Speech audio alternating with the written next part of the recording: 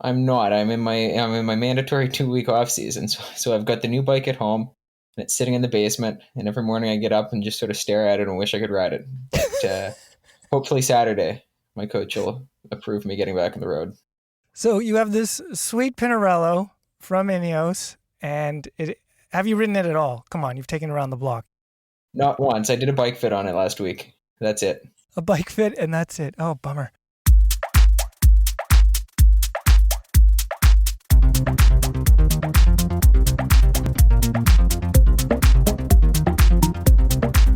Welcome to the Canadian Cycling Magazine podcast. I'm Matthew Pioro, and joining me, as always, is Matt Hansen. How's it going, Matt?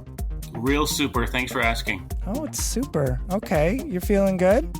Pretty good, yeah. I'm just always happy to talk to you. Well, it's been a while since we've chatted. I think the last time we spoke... This morning. Cyclocross... Oh, no, sorry, yeah. Go ahead. On the podcast. Oh, there. Okay. The last time we spoke on the podcast. Cyclocross season hadn't started. I was humming and hawing as to whether I should do it or not. And I don't even know if we'd mentioned this on the last pod, but you were going to Italy, and you've since been back. I've gone, and I've returned.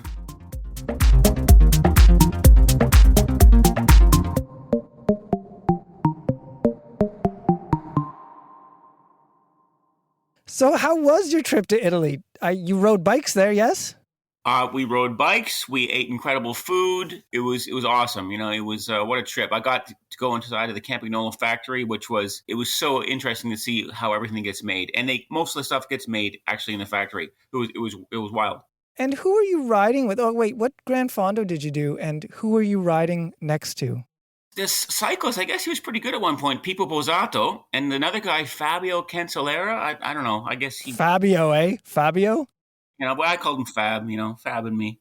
And also Sonny Cabrelli, who I guess now is a retired cyclist. Well, he was there. So that was pretty cool. And, there was this one time I'm riding along and Bozzato comes up to me and goes, "Hey, Canadese, put into your small chainring." I'm like, "What? Why?" Because I didn't look at the course route. He goes, "Put in your small chainring, trust me." And we turn the corner and it is like the Koppenberg, but in Italy. It was like a kilometer long, 20% long cobbled street. And I'm riding beside Bozzato. It was pretty wild. Anyway, so we rode up. It was an incredible ride. And, the food was unbelievable. The first day I was there, I went to a supermarket because I quite like food. And the pasta aisle was a mile long. The TV dinners were like incredible. The supermarket pizza was unbelievable. So yeah, it was a great trip. This is amazing research you did on supermarket pizza. The story's coming, right? I'm going to get that story from you soon, right? Yep. Yeah. It's all up here. It's in my head. It'll be on your desk in the morning. Yeah, sure. Yep. Yeah, my racing went fine, thanks. My cyclocross racing, thanks for asking. Yeah. And how is your cyclocross season going? It's over now because, it's November here in Southern Ontario. But it was good. It was short. I only did 3 races. The first one was with the at the Eastern Ontario Cyclocross Series. It was their Madison style one, which I did with producer Adam. That was kind of fun. And how does that Madison cyclocross race work exactly? Well, there were no, say, hand slings. There was like an exchange area, and really it's more like a relay. You come in and you have to dismount and you run up to your partner, tag them somehow, and then your partner takes off. And yeah, it was pretty fun. Good. And it was over Thanksgiving. It was on Thanksgiving weekend. So it was a kind of a fun, low-key-ish event, not as, say, hyper-competitive. As you know, Masters racing is. So it was a good Thanksgiving kind of race. And your last race for the season? Oh, yes. That was just this past weekend. Baseball cross. I probably would have done a bit better if I spent less time sliding into not home, but... Yeah, I don't know much, but I'm pretty sure the key about doing a good cross race is not falling all the time. Yeah, I fell more than I should have. Actually, no. Like I did have some mess ups, but it was pretty fun. I had 1 or 2 passes I can be proud of. I also got passed, but no, it was all right. It was all right for whatever, being old and slow. That's the attitude I want to hear. Oh, you know what though? I was riding the classified system. You've heard of this, right? Yeah, with the internal front derailleur, so to speak. Yeah. So it's as if you have a front derailleur, but all the gearing is actually in the hub of the rear wheel, and it'll change the gear ratio of your cassette. Where you might have a 1-to-1 ratio in, say, the normal chainring, you hit a button, and then you have roughly like a 1-to-0.7 ratio. So it's almost as if you have two chainrings on your 1x system. I would say it suffers from a bit of a who's on first problem with its name. Oh, baseball reference. I get it. Because baseball cross. I get what you're doing here.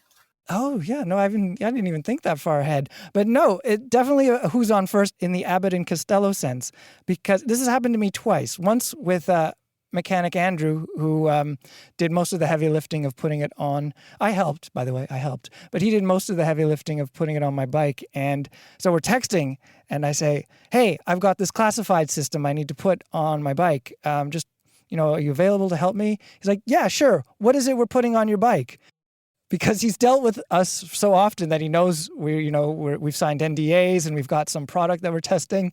But I'm like, I need to put on this classified system. Yeah, what is it? I told you what it is. No, but what is it? What are we putting on your bike? Yeah, classified. It's classified. I told you.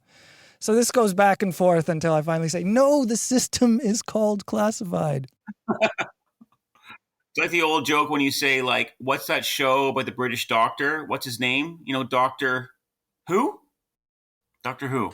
I thought I prefaced it well enough with who's on first. I thought we set the scene, but I'm glad you brought it to Doctor Who. Big fan of Doctor Who. I haven't even mentioned who the interview is in this episode, have I? We've just been rambling. Doctor Who is a good segue, actually. Oh yeah, Doctor. So who am I speaking to as I segue to myself? Actually, people were probably asking that question when I guess it was in September, it became official that Michael Leonard of Oakville, Ontario, signed with Ineos Grenadiers. I mean, we had been sort of following him because, people have been talking about him, and obviously he's been having this great past season in Italy. But I mean, he basically signed with the Yankees, right? I mean, what an incredible signing. And another baseball reference. This is out of hand. Well, maybe not the Yankees because it's a British team, but still, he signed with one of the best teams in the world for 3 years, right? Yep. No, it's great news, and it's exciting. And I was really happy to speak with him because, people should know. Here's this guy from Oakville, Ontario, and he's going to the biggest team, arguably the biggest team in pro cycling. And he was super interesting. And I caught him at a very funny time. It was about 2 weeks ago. He got his new bike for the team, and he couldn't ride it. Why couldn't he ride it? He had to spend some time off the bike, just recovering, and it was strict, no riding around, no big efforts. But you can look at the bike. He was allowed to look at it. He's staring at this beautiful Pinarello, I presume, and he can't touch it.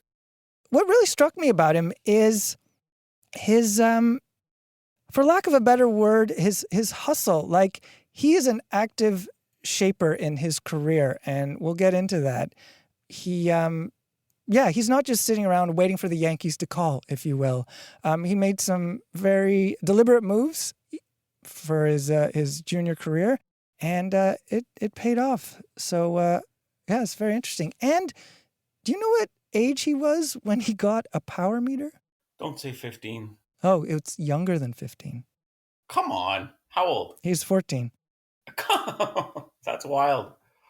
Huh. I know. Well, how do you feel about that? How do you feel about the kids these days riding around with their power meters? In my day, we didn't have power meters. It's funny. My old teammate, Andrew Randall, he bought an SRM in, 1990-something. But it was very expensive, and he was one of the few people who had one, at our level at least.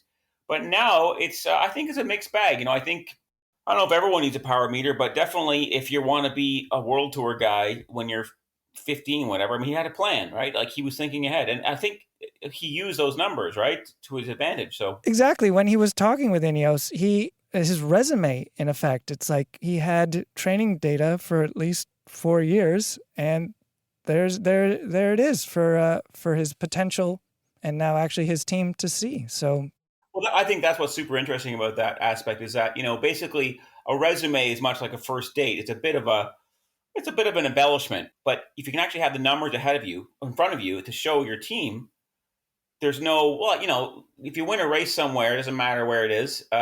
Who knows what the actual, course of events was. But if you actually have the numbers in front of you to show your team, they can see you can't lie through numbers. So that's actually a pretty smart move of his, I think. Actually, on the idea of racing, he did have some notable results this past season in Europe, which also, I'm sure, helped him along to get that foot in the door with the new team. Anyway, without further ado, here's my interview with Michael Leonard. Michael Leonard, you are 18, from Oakville, Ontario, and you've signed with Ineos Grenadiers for 2023 all the way to 2025. How do you feel about that setup? It's pretty crazy. It's definitely not something where a year ago I would have thought it was possible and this soon. But having spoken to them, having sort of started to work with them now, I'm really excited for the opportunity to learn from the very best riders and staff in the world. I want to get into how you came to join that team in a bit. But first, I want to set the scene for listeners. You are back in Canada. You were in Italy.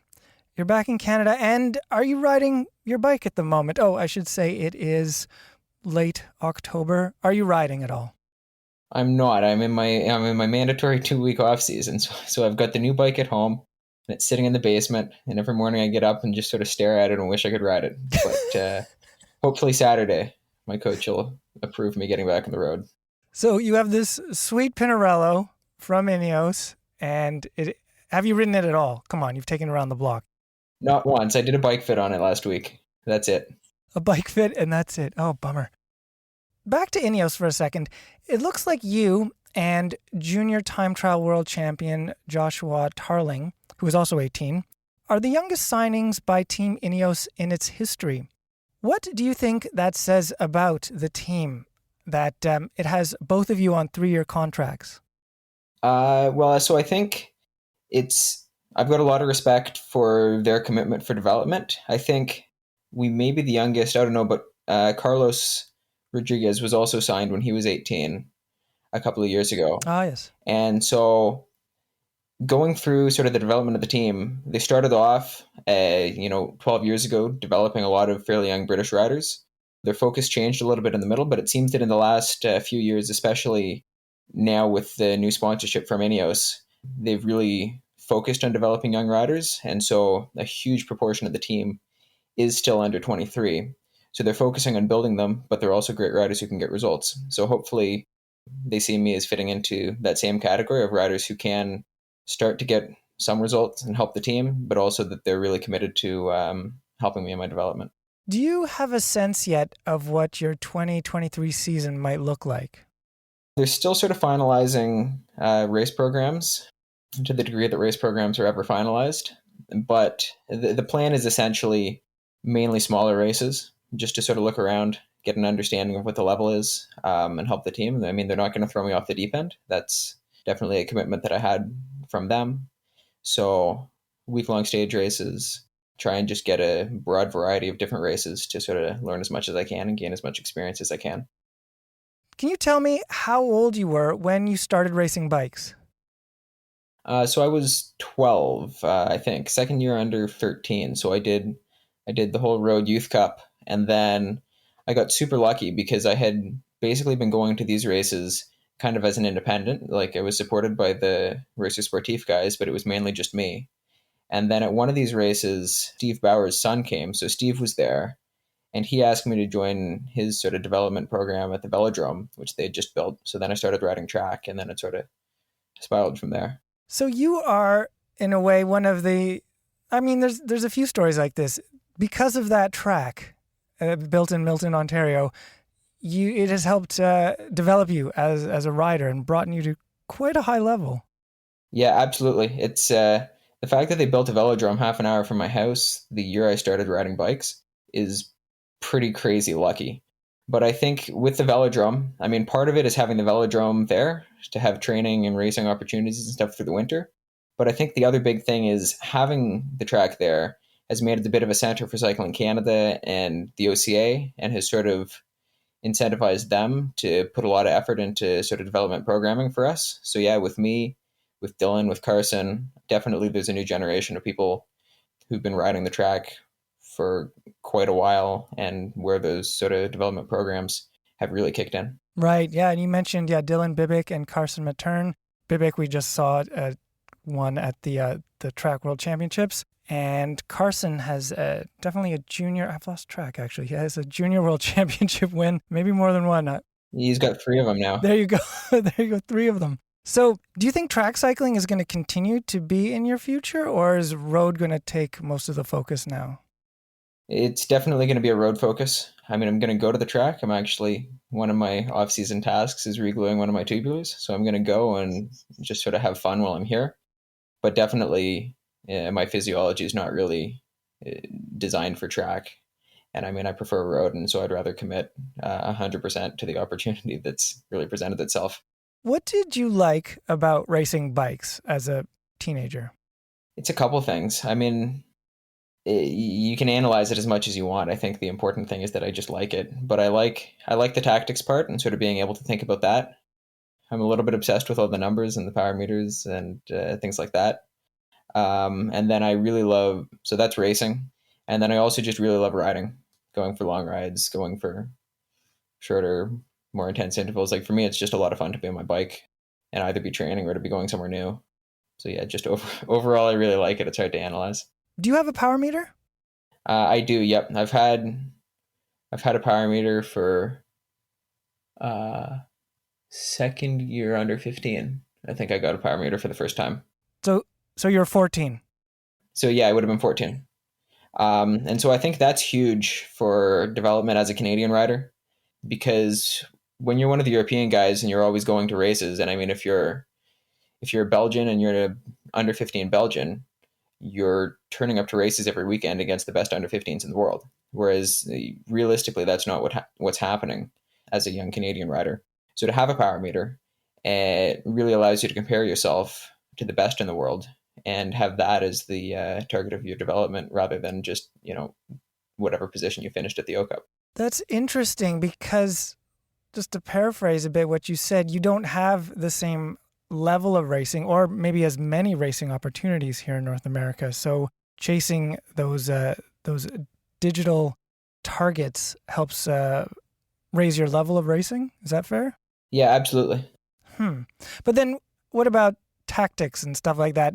I ask because a common thing that I've heard people say that throughout the pandemic, everybody's been on virtual training platforms, and then coming off of them, they may have great engines, but there's those other elements of like on the road skills that have maybe dwindled over the past 2 years.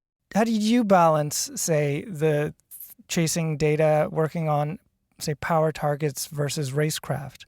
Well, I mean, obviously, if you're not racing, it's pretty hard to work on racecraft. I mean, I think you got to separate a little bit sort of skills and tactics, because I mean, I watch bike racing like 24/7. Like if I'm not riding, I'm watching whatever race is on. So I think tactics are something that you sort of think about, and if you watch enough racing, you can be pretty good at them even before you've actually implemented them.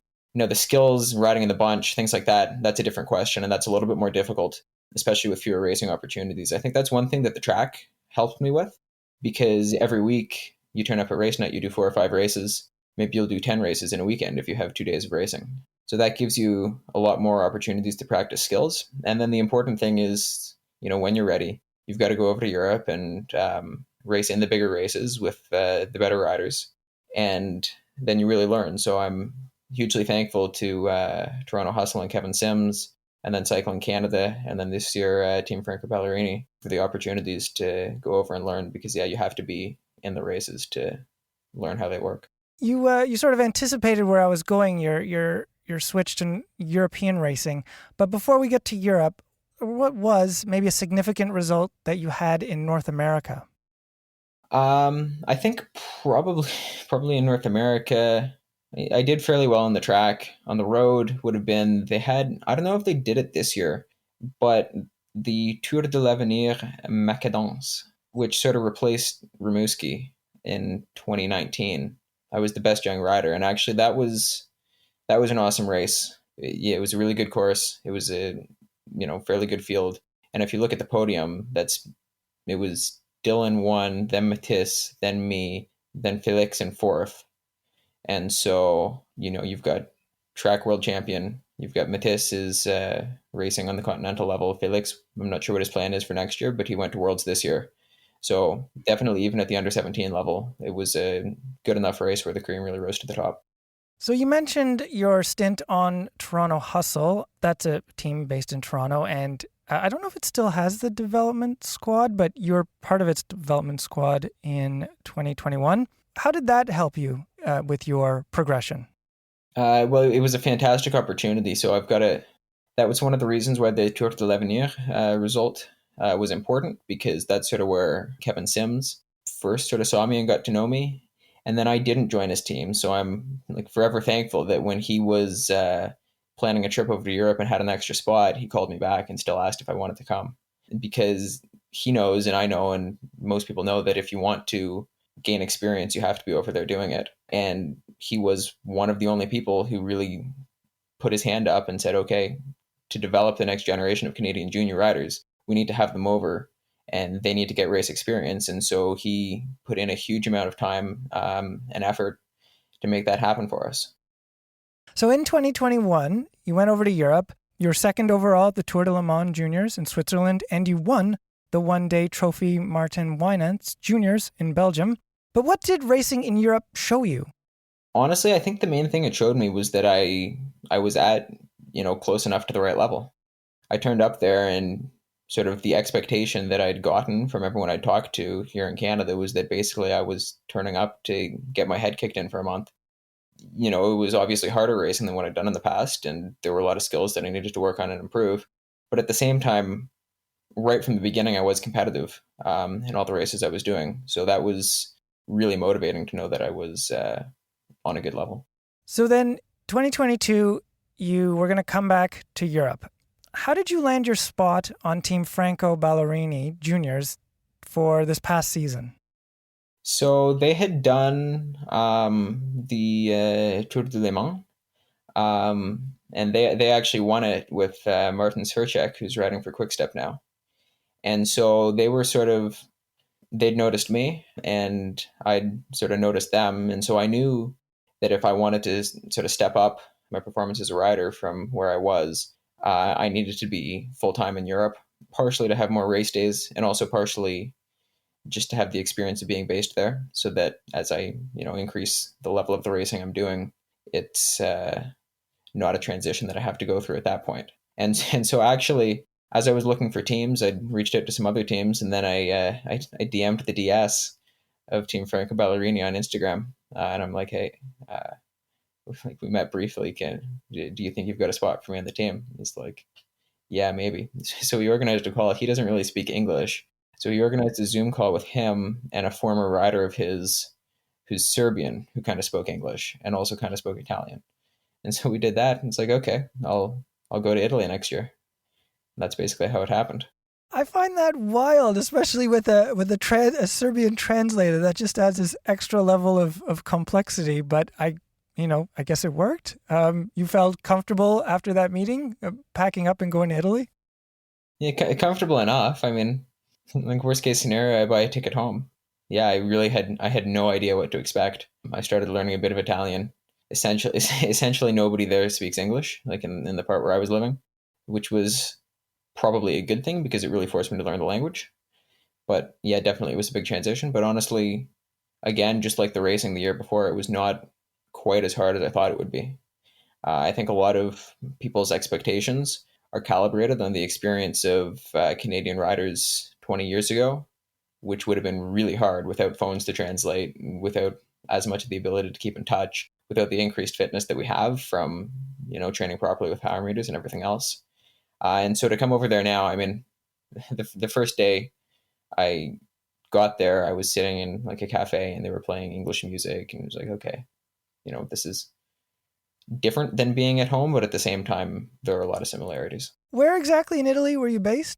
I was in a town called San Baronto, which is about an hour's, it's up a little hill, about an hour's drive north of Florence. And what's the riding like in the area?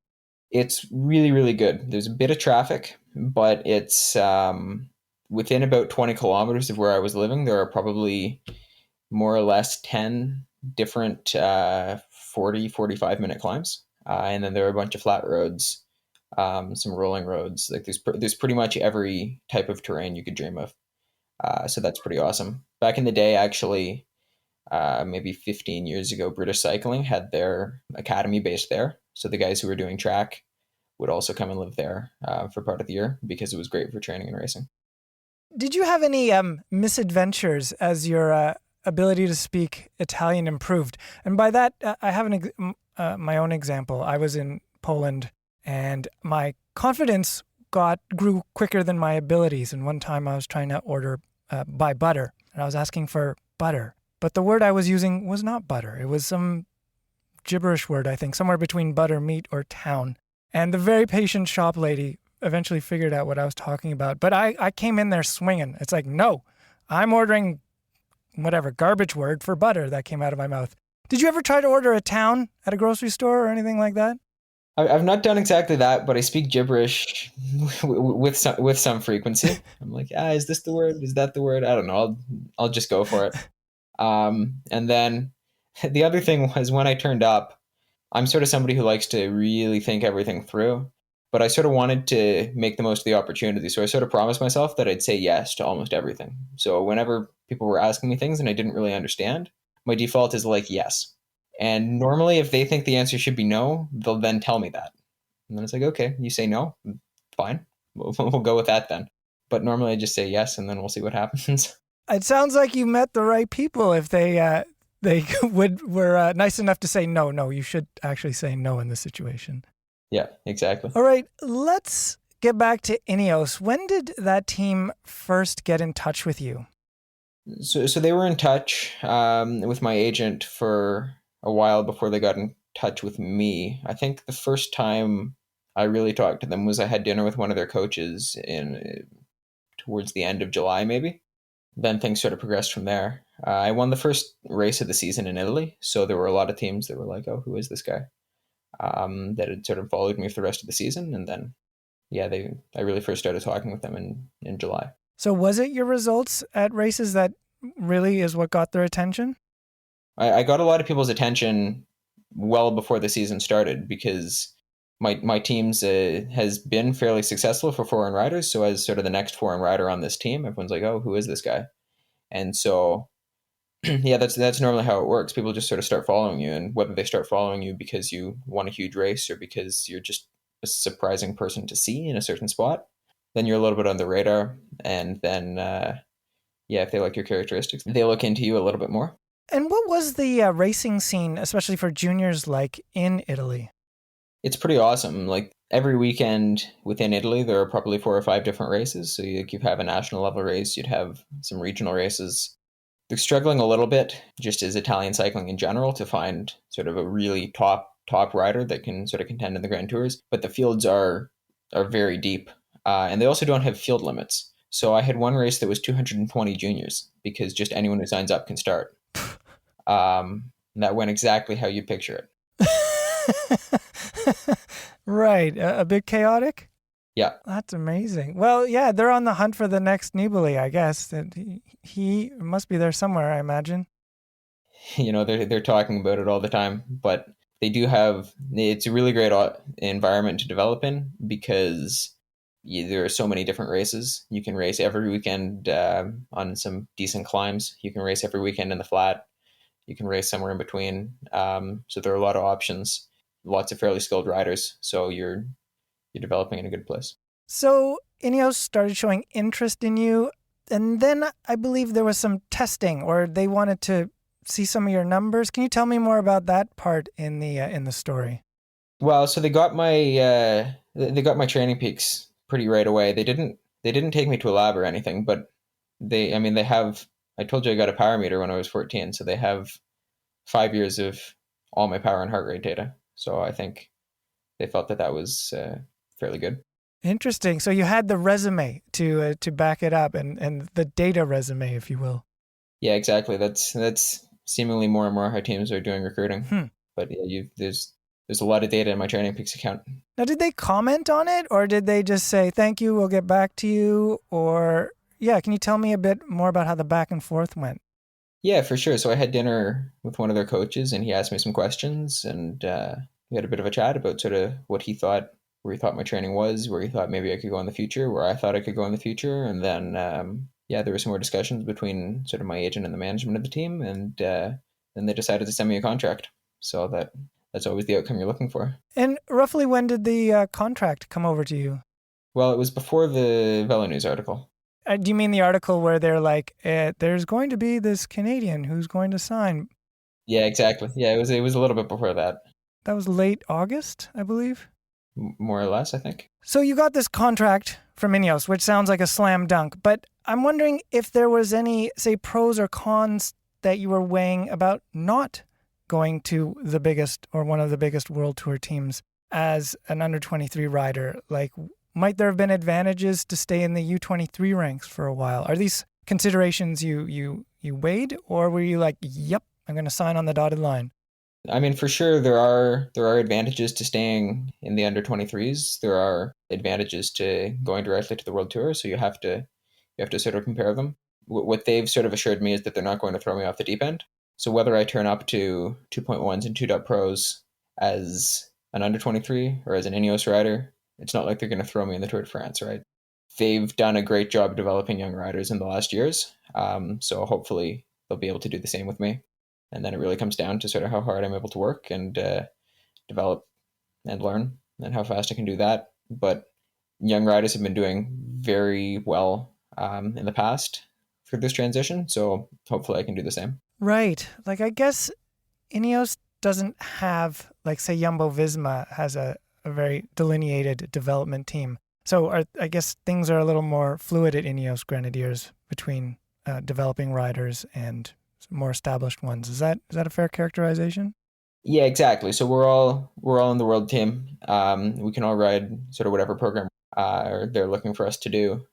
So yeah, there are advantages and disadvantages. But I think the important thing is that the team structure is committed to your development. Because if you go to a development team, a lot of those guys race half their days not in the World Tour, but with the World Tour team and dot pros and stuff, anyways. So you can gain experience no matter which route you take.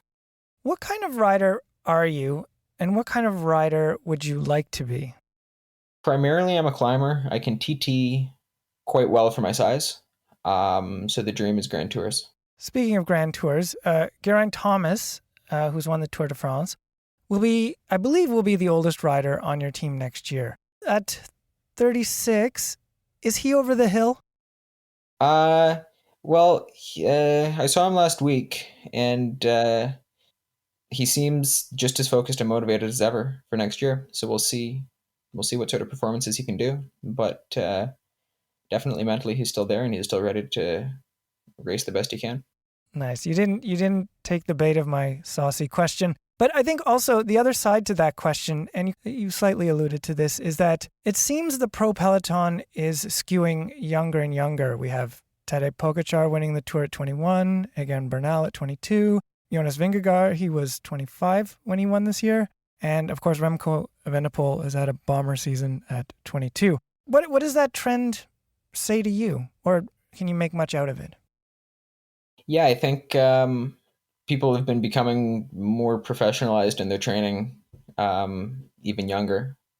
I mean, talking to guys who raced 20 years ago in Italy, I mean, they were less serious than I am now when they were second, third year under 23s, and then they turned professional, and it's like, okay, it's time to really get after it. So yeah, I think people are performing better younger because starting younger, they're being serious with their training, with their nutrition, with the rest of their lives. Whereas before, people were staying a little more relaxed until they did actually turn pro later into their 20s. Picking up on that, that's something I've also heard about just racing in general. You heard in the past of, early spring races were training races. You'd sort of race yourself into form to be ready at the peak races in the summer. But as I understand it, everybody shows up ready to race, whether it's Tour Down Under, Tirreno Adriatico, like everyone's ready to race. Yeah, it sounds like that's the case. I mean, I don't really have a huge baseline for comparison on that, but definitely the sort of nutrition, the sort of training stuff that we're doing now is substantially different from 10 years ago and completely unrecognizable from what people were doing 20 years ago. You're signing with Ineos. How much of that came from talent? How much from luck? And how much from hard work? And by hard work, I don't just mean training, but networking, making connections, phone calls, or even sending direct messages over social media platforms. I think it all goes together. I think the sort of work you do and the talent that you have makes it more likely that you're lucky. And then I've never been somebody who's really separated out talent and hard work. I mean, I think people who work hard generally have a talent for hard work. I saw a lot of presentations when I was younger. Everyone's like, "Oh, it's hard to change. It's hard to change your physiology, but you can easily change your work ethic." And I mean, actually, people I know who've had good work ethics have always had good work ethics. Whereas if you work hard, normally you can actually change your physiology. So I think it's hard to separate the two. Definitely, it's not possible for everyone, no matter how hard you work, to reach a certain level. But I think for a lot of people it is. And so then you just have to figure out the best way for you to train to get there. Where do you think you'll be based for the 2023 season? I'm going to be based in Andorra. It sounds like next year there will be 18 of us, more or less. So there will be good support from the team. It's apparently a good spot for training. I've never actually been, but that's pretty much how I roll. It's like, yeah, I'll go there, see how it is. Well, and there will be a lot of other cyclists there. But that 18, like, is this a team building, a team accommodation that's there? No, we'll all have our own places, but they're talking about building a bit of a center. But they've got a coach there. They've got, I think next year they'll have a carer there, at least one or two. They'll have some other support, so it makes it a little bit easier to live there because it is a little bit out of the way. What do you like to do off the bike? And I know, this is something very topical because you can't ride at the moment. Actually, I play a fair bit of piano, so I'm enjoying that this week because I've not had one while I've been in Italy. But I'm going to buy an electric one for next year. Nice. Yeah, that's my main sort of hobby. And what do you play on the piano? What are your go-to songs? Mainly jazz tunes. So all the variety. I get pretty bored, so every day it's like a new song. Nice. And then what's the plan for the rest of 2022? Yeah, so I just got back last week. I'll be here for more or less a month. Hopefully get to the track once or twice, but mainly just sort of rebuild volume on the road. Towards the start of December, back to Europe. December is team camp. So that takes me through to Christmas, and then it's 2023. And what are your hopes for your first season on Ineos? Learn as much as I can and help the guys. I don't have any huge expectations for a result. I mean, if it happens, it happens. But I think the main thing is to sort of develop and learn from the best. Well, Michael, thank you for your time. And yeah, best of luck on your new team and best of luck in 2023. Yeah, thank you very much.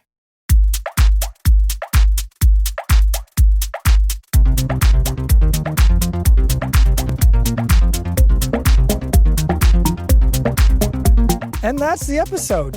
And that's the episode. Okay, thank you. I thought you were done impersonating me right after me.